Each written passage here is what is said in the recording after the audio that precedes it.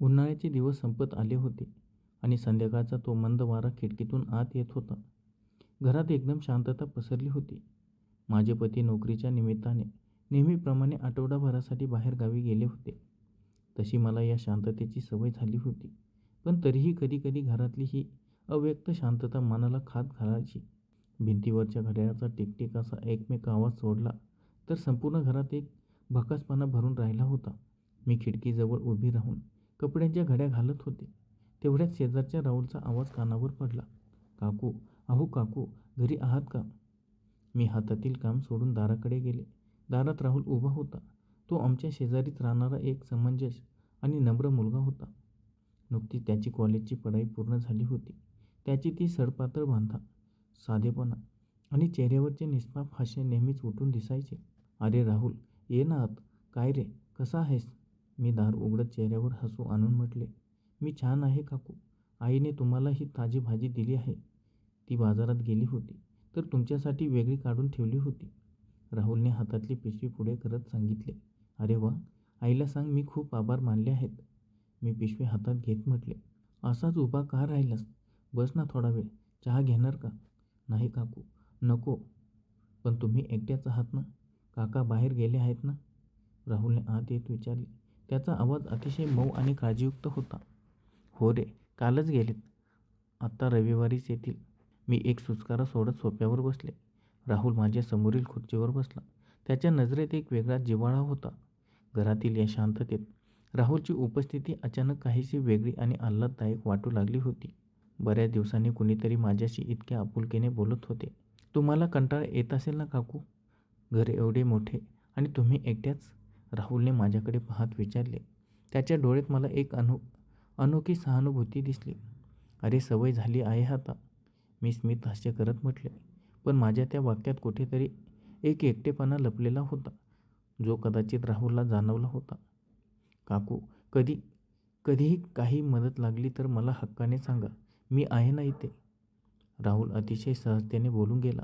पण त्या साध्या शब्दांनी माझ्या मनाच्या एका कोपऱ्याला स्पर्श केला. तो ज्या पद्धतीने माझ्याशी बोलत होता त्यात एक वेगळाच आदर आणि भावनिक जिव्हाळा होता. अनेकदा आपण आयुष्यात अशा एका क्षणावर असतो जिथे आपल्याला कोणाच्या तरी दोन गोड शब्दांची, एका आधाराची गरज असते. माझ्या आयुष्यात तो क्षण हाच होता. तू खूप चांगला आहेस राहुल, मी मनापासून म्हटले. राहुलने माझ्याकडे पाहिले. त्याचे डोळे थेट माझ्या डोळ्यात पाहत होते. त्या नजरेत एक हळूवार आकर्षण होते, जे शब्दात मांडणे कठीण होते. दोघेही काही क्षण शांत होतो. त्या शांततेत एक वेगळाच रोमॅन्टिक आणि भावनिक तणाव निर्माण झाला होता. तो तणाव भीतीचा नव्हता, तर दोन मनांमधील अंतराची जागा व्यापणाऱ्या आत्मीयतेचा होता. काकू, मी जरा तुमच्या लॅपटॉपवर माझे प्रोजेक्टचे काम करू का? माझ्या लॅपटॉपचे चार्जर खराब झाले आहे, राहुलने संकोचत विचारले. हो नक्कीच, त्यात काय विचारायचं. थांब, मी घेऊन येते, मी उठत म्हटले. लॅपटॉप आणून मी तो सेंटर टेबलवर ठेवला. राहुल कामाला लागला. मी त्याच्यासाठी थंड पाणी घेऊन आले आणि त्याच्या शेजारी सोफ्यावर बसले. तो स्क्रीनवर काम करत असताना मी नकळत त्याच्याकडे पाहत होते. त्याचा गंभीर चेहरा, कामावरचे लक्ष आणि त्याचे ते आटोपशीर व्यक्तिमत्व माझ्या मनात एक अनाकलीने पण सुंदर भावना निर्माण करत होते. काम करता करता राहुलचा हात अचानक टेबलवर ठेवलेल्या माझ्या हाताला स्पर्शून गेला. तो स्पर्श खूप मंद, मऊ आणि सुरेल होता. दोघांच्याही शरीरातून एक विजेची लहर धावून गेली. राहुलने पटकन हात मागे घेतला नाही ना मी माझी जागा बदलली. सॉरी काकू, राहुल हळूच पुटपुटला. त्याचा आवाज काहीसा थरथरत होता. नाही रे, काही नाही रे, मी अगदी हळूच म्हटले. माझा आवाजही खालावला होता. आम्ही दोघेही एकमेकांकडे पाहू लागलो. खोलीतल्या डिम लाईटमध्ये राहुलचा चेहरा अधिकच देखणा दिसत होता. त्याच्या डोळ्यात मला स्पष्टपणे माझ्याबद्दलचे आकर्षण दिसत होते आणि माझ्या मनातही त्या क्षणी एक नवीन ऊब निर्माण झाली होती. हा केवळ शारीरिक स्पर्श नव्हता, तर वर्षानुवर्षा एकटेपणावर मिळालेली एक भावनिक पुंकर होती. काकू, तुम्ही आज खूप सुंदर दिसत आहात, राहुलने शेवटी सर्व संकोच सोडून अतिशय प्रामाणिकपणे आणि हळुवारपणे म्हटले. त्याच्या या वाक्याने माझ्या गालावर लाजेची लाली पसरली. कित्येक वर्षात मला कोणी अशी दाद दिली नव्हती. माझ्या हृदयाची धडधड वाढली होती. राहुल, एवढेच माझ्या तोंडून निघाले. त्या रात्री त्या शांत घरात आमच्यातील नात्याची एक नवीन नाजूक आणि भावूक सुरुवात झाली होती. राहुलच्या त्या एका वाक्याने खोलीतली शांतता अधिकच गडद झाली होती. तुम्ही आज खूप सुंदर दिसत आहात. हे शब्द माझ्या कानावर पडले आणि माझ्या मनात एक नवीनच तरंग उमटला. कित्येक वर्षापासून मी फक्त एक गृहिणी, एक जबाबदार स्त्री म्हणून जगत आले होते. पण आज कोणीतरी माझ्या अस्तित्वाला, माझ्या सौंदर्याला इतक्या सहजतेने आणि प्रामाणिकपणे नावाजले होते. मी लाजून नजर खाली झुकवली. राहुल, काहीही काय बोलतोस?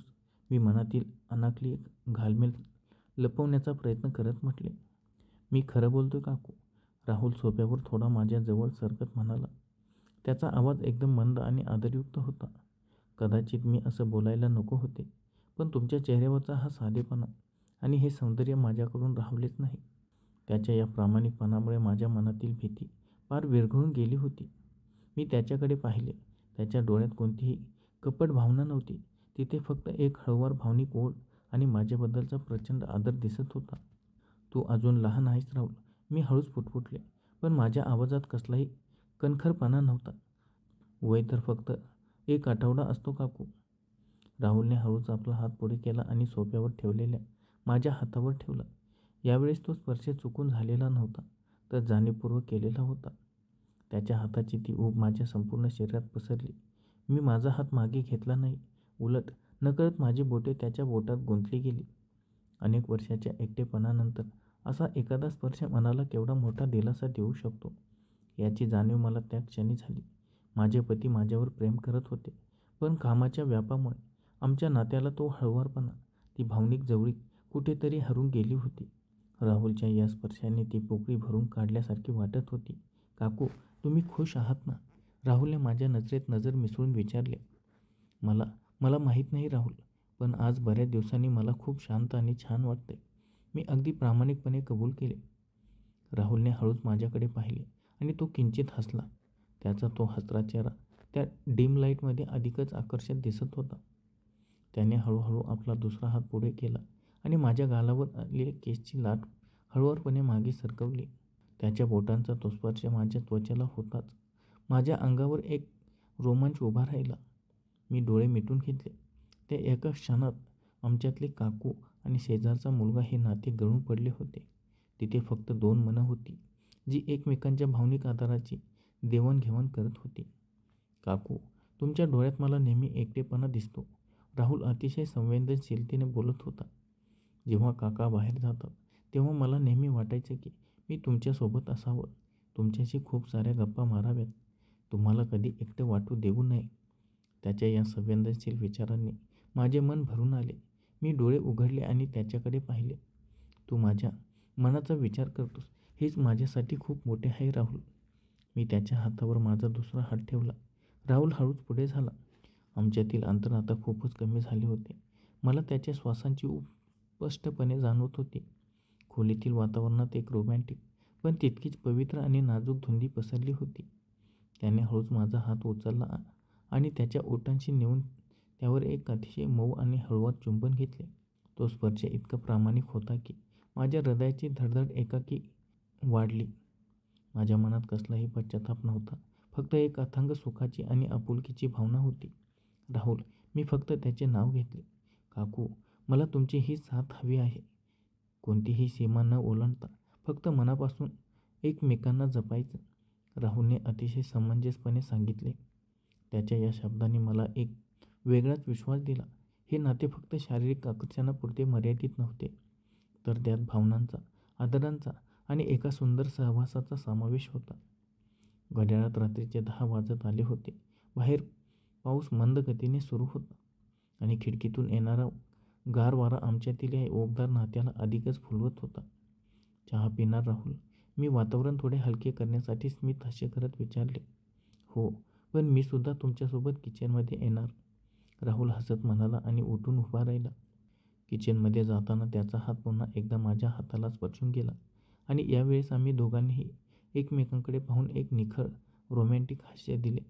या रात्रीने माझ्या आयुष्यात एका नव्या भावनिक अध्यायाची सुरुवात केली होती. किचनमधील छोटा दिवा जळत होता.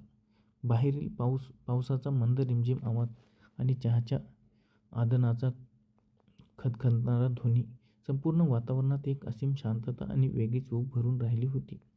राहुल माझ्या अगदी शेजारी उभा होता. तो चहाच्या पातेल्यात आले किसून टाकत होता. काकू, तुम्हाला आले घातलेला चहा आवडतो ना? त्याने माझ्याकडे पाहत विचारले. हो, तुला कसे माहिती? मी त्याच्याकडे आश्चर्यचकित होऊन पाहिले. मी तुमच्या छोट्या छोट्या गोष्टीवर लक्ष ठेवतो, राहुल हसत म्हणाला. तुमच्या चेहऱ्यावरचा आनंद, तुमची आवड निवड हे सगळं मला खूप आधीपासून अभ्यासायला आवडतं. त्याच्या या साध्या पण अर्थपूर्ण वाक्याने माझ्या हृदयात पुन्हा एकदा थरथर निर्माण केली. किचनच्या त्या लहानशा जागेत राहुलची उपस्थिती मला एका वेगळ्याच दुनियेत घेऊन जात होती. मी कपड्याने पुसत असताना राहुलने अचानक माझा हात धरला. काकू, आजची रात्र माझ्यासाठी खूप खास आहे. त्याचा आवाज मंद आणि भावनांनी भरलेला होता.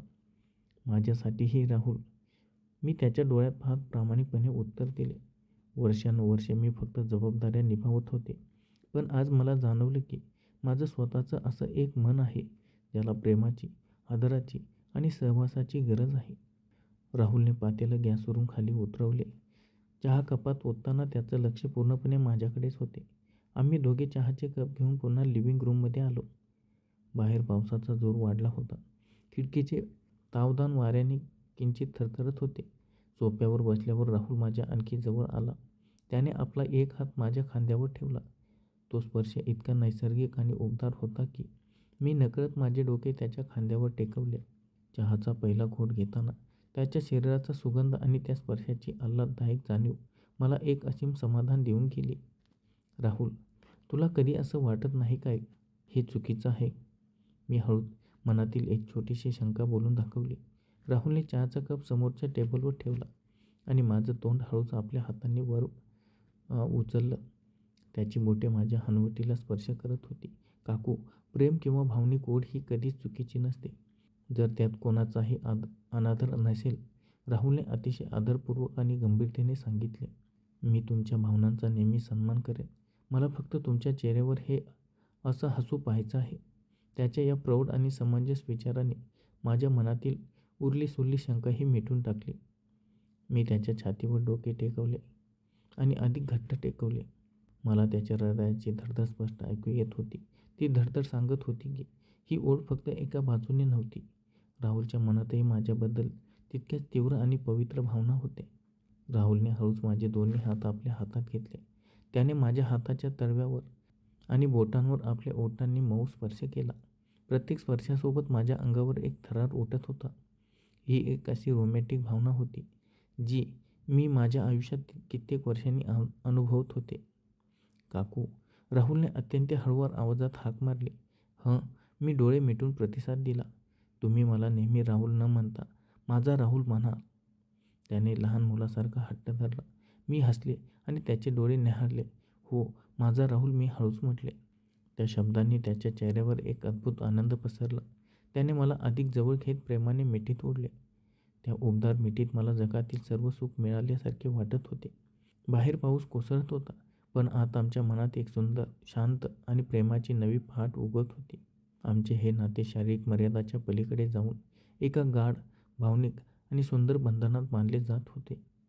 या रात्रीने आम्हा दोघांनाही एकमेकांचा एक असा आधार दिला होता जो आयुष्यात याआधी कधीच मिळाला नव्हता. त्या रात्रीचा पाऊस आता मंदावला होता, पण आमच्या मनातील भावनांचा तरंग अजूनही तितकाच ताजा आणि उबदार होता. सोफ्यावर राहुलच्या कुशीत विसावलेले असताना मला आयुष्यात पहिल्यांदाच एका अनाकलनीय समाधानाचा अनुभव येत होता. हे नाते कोणत्याही नावाच्या बंधनाच्या किंवा समाजाच्या चौकटीत बसणारे नव्हते, पण त्यात दोन मनांची सत्यता, पराकोटीचा आदर आणि असीम भावनिक जिव्हाळा होता. राहुलने हळूच माझे केस मागे सरकवत माझ्या कपाळावर एक अतिशय मऊ आणि पवित्र चुंबन घेतले.